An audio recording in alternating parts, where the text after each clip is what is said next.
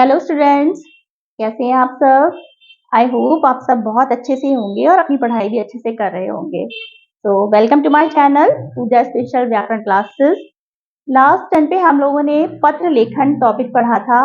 उसमें हमने ये सब जाना था कि पत्र के प्रकार क्या होते हैं, औपचारिक पत्र, अनौपचारिक पत्र क्या होता है, उसमें डिफरेंस क्या होता है, क्या अंतर होता है, कैसे पहचानते हैं, सभी कुछ हम लोगों ने लास्ट वीडियो में पढ़ा था।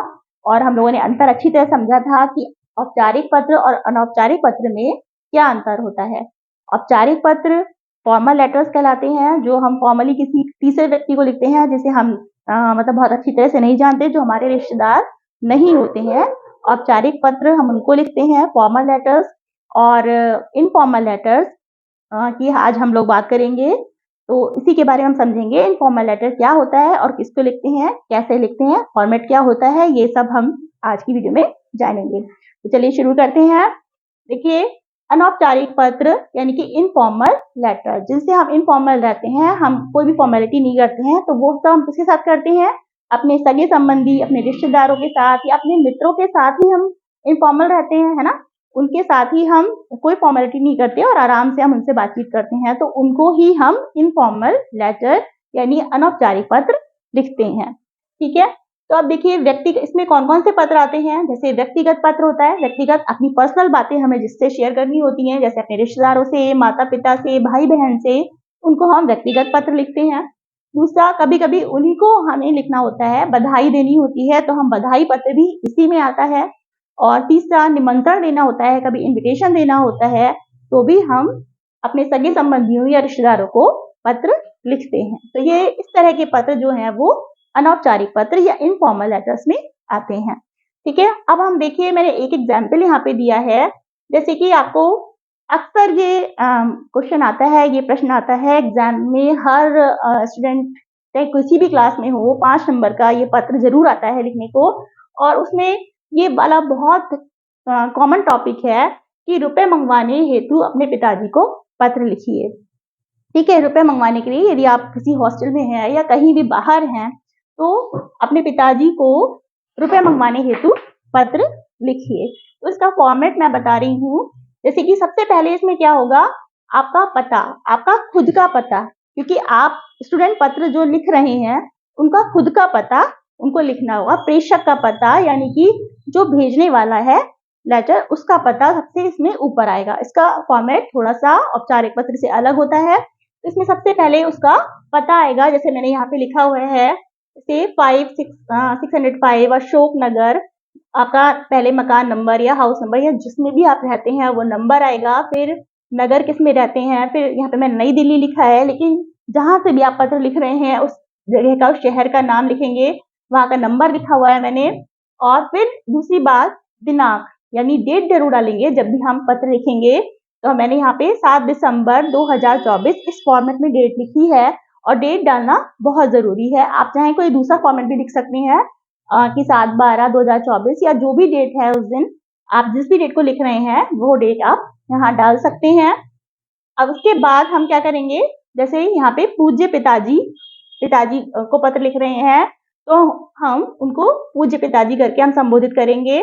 फिर हम क्या लिखेंगे, उनके लिए अभिवादन करेंगे, सादर चरण स्पर्श। पिताजी हमारे लिए पूज्य हैं, उनके चरण छूते हैं, हम लोग चरण स्पर्श करते हैं, तो क्या लिखेंगे, सादर चरण स्पर्श। फिर आप सबसे पहले जब अपने सगे संबंधी को पत्र लिखते हैं या अपने माता पिता को लिखते हैं, तो क्या करते हैं, पहले अपनी कुशलता बताते हैं ना, कि मैं यहाँ कुशलता पूर्वक हूँ, आशा है घर पर भी सभी कुशल से होंगे। ये तो कुछ कॉमन वर्ड्स हैं जो आप लिखते ही हैं।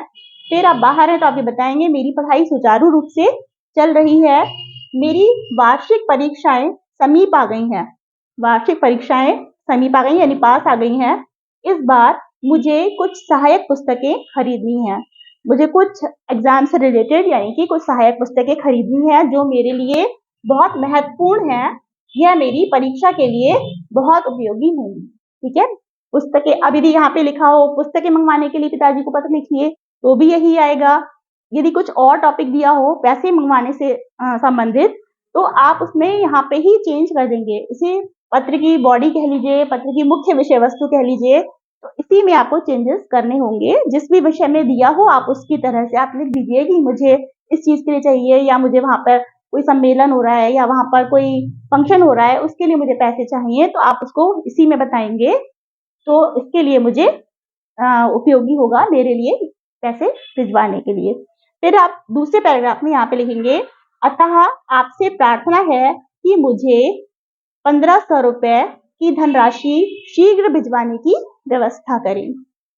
फिर इसके बाद ये तो आपने यहाँ लिख दिया, जो आपको लिखना है कि मुझे इतनी धनराशि भेजने की, ये दूसरे पैराग्राफ में लिखिए।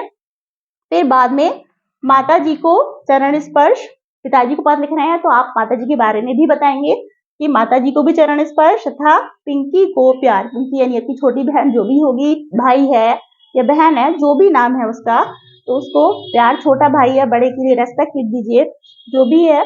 और उसके बाद आप क्या लिखेंगे, आपका प्रिय पुत्र या आप पुत्री हैं तो प्रिय पुत्र या पुत्री जो भी है, आप उसका अपना, रोहन यहाँ पे मैंने लिख दिया है, यहाँ पर अपना नाम आप लिखेंगे। इस तरह से ये होता है आपका अनौपचारिक पत्र। इसका एक फॉर्मेट मैंने आपको ये बताया है। इसमें देखिए क्या क्या ध्यान रखने वाली बातें हैं अनौपचारिक पत्र में। देखिए पहले तो प्रेषक का पता, प्रेषक यानी जो पत्र भेज रहा है, पत्र लिख रहा है, उसका ही यहाँ पर पता दिया जाएगा। उसके बाद डेट जरूर, यानी कि दिनांक मेंशन करेंगे हम। यहाँ पे हमने डेट दी है ना, जो भी डेट होगी उस दिन, आपने जिस दिन पता वो लिखी है डेट, तो वो हम डेट लिखेंगे। तीसरी बात संबोधन, संबोधन जैसे यहाँ पे पूज्य पिताजी करके ये क्या है, संबोधन है। फिर चौथी बात अभिवादन, अभिवादन जैसे सादर चरण स्पर्श लिखा है मैंने, तो ये आपने क्या लिखा करा, अभिवादन किया है ना, पिताजी का अभिवादन किया। फिफ्थ बात है पत्र की मुख्य विषय वस्तु। आपने ये देखी, पत्र की मुख्य विषय वस्तु में आपने दो चीजें लिखी, थोड़ा सा आपने जो भी आपको जिस वजह से आपको रुपए चाहिए मंगवाने हैं उसके बारे में आप लिखेंगे, और फिर आपसे लिखेंगे कि यथा आपसे प्रार्थना है या मुझे इतनी धनराशि की भिजवाने की व्यवस्था करें या जैसे भी। उसके बाद अपने घर के बारे में माता जी को चरण स्पर्श, इस तरह से छोटों को प्यार, ऐसे लिख सकते हैं।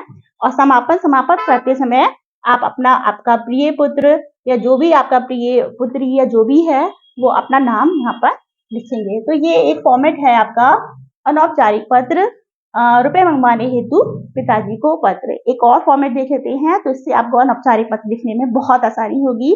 चलिए वो देखते हैं। तो चलिए एक दूसरा फॉर्मेट देखते हैं। ये एक निमंत्रण पत्र है, ये भी बहुत ज्यादा आता है एग्जाम्स में, कि अपने मित्र को पत्र लिखकर अपने बड़े भाई के विवाह पर आमंत्रित कीजिए। बड़े भाई या बड़े बहन के विवाह के लिए आमंत्रण पत्र लिखने के लिए बहुत बार आता है, जिसे निमंत्रण पत्र कहा जाता है, निमंत्रण पत्र की श्रेणी में आता है। इसमें भी हमें पहले वही लिखना है कि प्रेषक का पता, जैसे मैंने यहाँ पर मकान नंबर, गली नंबर, रघुनगर, गाजियाबाद, उत्तर प्रदेश का लिखा है। आपका जो भी शहर हो आप उसके बारे में लिख सकते हैं। फिर दिनांक यानी डेट डालनी है, दिनांक मैंने ये ऐसे ही डाल रखी है 7 दिसंबर 2024, जो भी डेट है उस दिन जिस दिन आप पत्र लिख रहे हैं आप वही डेट डालिएगा। फिर आप मित्र को पत्र लिख रहे हैं, इसलिए क्या लिखेंगे, प्रिय मित्र, नाम आपके जो भी मित्र का नाम है यहाँ पे मैंने ऐसे ही डाल दिया है, सक्षम सप्रेम नमस्ते। तो मित्र को पत्र लिख रहे हैं तो हम सप्रेम नमस्ते ही लिखेंगे हिंदी में, है ना।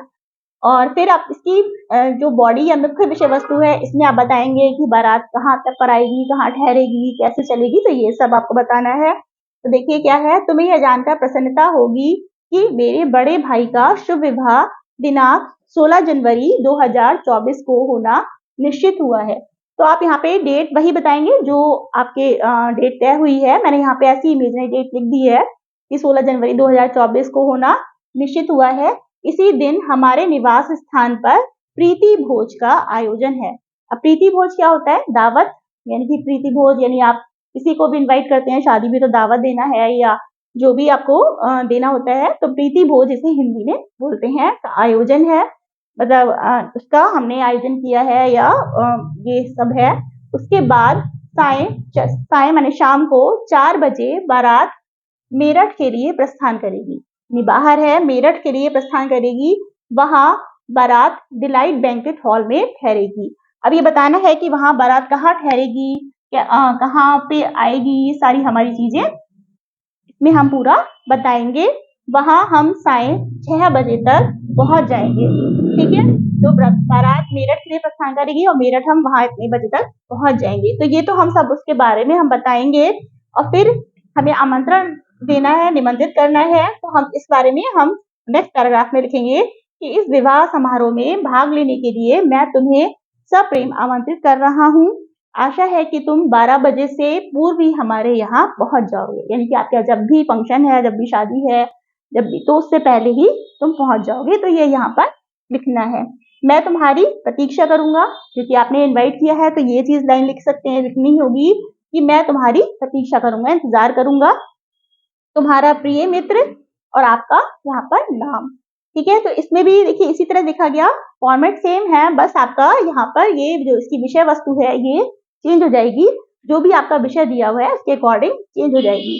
अब इसमें दो बातें हैं। एक बात तो हमने औपचारिक पत्र और अनौपचारिक पत्र से हमारे क्या अंतर आया। औपचारिक पत्र में हम पहले पता नहीं लिखते थे, तो इसमें हमें पहले प्रेषक का, भेजने वाले का पता लिखना है। और दूसरी बात, इसमें अभिवादन इसमें लिखा जाएगा, उसमें हम नहीं लिखते हैं। और इसमें एक और बात है कि जो आपका ये है, समापन करते समय वहां पर एड्रेस लिखते थे, यहाँ पर हम इसमें कुछ भी नहीं लिखेंगे, सिर्फ अपना तुम्हारा प्रिय मित्र या आपका प्रिय पुत्र या जो भी आपने दिया है उसके बारे में आप लिखेंगे। तो इस तरह से लिखिए। इसमें भी प्रेषक का पता, दिनांक, फिर संबोधन किया हमने, फिर अभिवादन किया, फिर मुख्य विषय वस्तु। ये मुख्य विषय वस्तु है, पहले हम बताएंगे कि कहाँ पर क्या है, उसके बाद हम ये बताएंगे कि तुम्हें आमंत्रित कर रहा हूँ, तो सबको आना है। और फिर उसका समापन कर देंगे, तुम्हारी प्रतीक्षा करूंगा और तुम्हारा प्रिय मित्र। तो ये भी यही वही फॉर्मेट है, इसमें भी सेम सा ही है, बस थोड़ा सा हमें हर की विषय वस्तु, मुख्य विषय वस्तु में चेंज करना होगा, जो भी टॉपिक। और यहाँ पर विषय हम इसमें नहीं डालते हैं, क्योंकि हम अपनों को पत्र लिख रहे हैं, अपने मित्र रिश्तेदारों को लिख रहे हैं, तो हमें इसमें विषय लिखने की जरूरत नहीं है। तो इस तरह से हम ये इनफॉर्मल लेटर यानी कि अनौपचारिक पत्र लिखते हैं। ये और कोई आपको पत्र चाहिए कि मैम इस टॉपिक पर पत्र हमें लिखना बता दीजिए, तो आप वो भी बताइए मुझे कमेंट करके। इस तरह से मैंने आपको 2 फॉर्मेट बताया अनौपचारिक पत्र के। आई होप आपको अच्छी तरह से समझ में आ गए होंगे अनौपचारिक पत्र कैसे होते हैं, कैसे लिखे जाते हैं और उनका तरीका क्या है लिखने का। तो यदि ये वीडियो आपको पसंद आई हो तो वीडियो को लाइक कीजिए, शेयर कीजिए, सब्सक्राइब कीजिए। Thank you so much.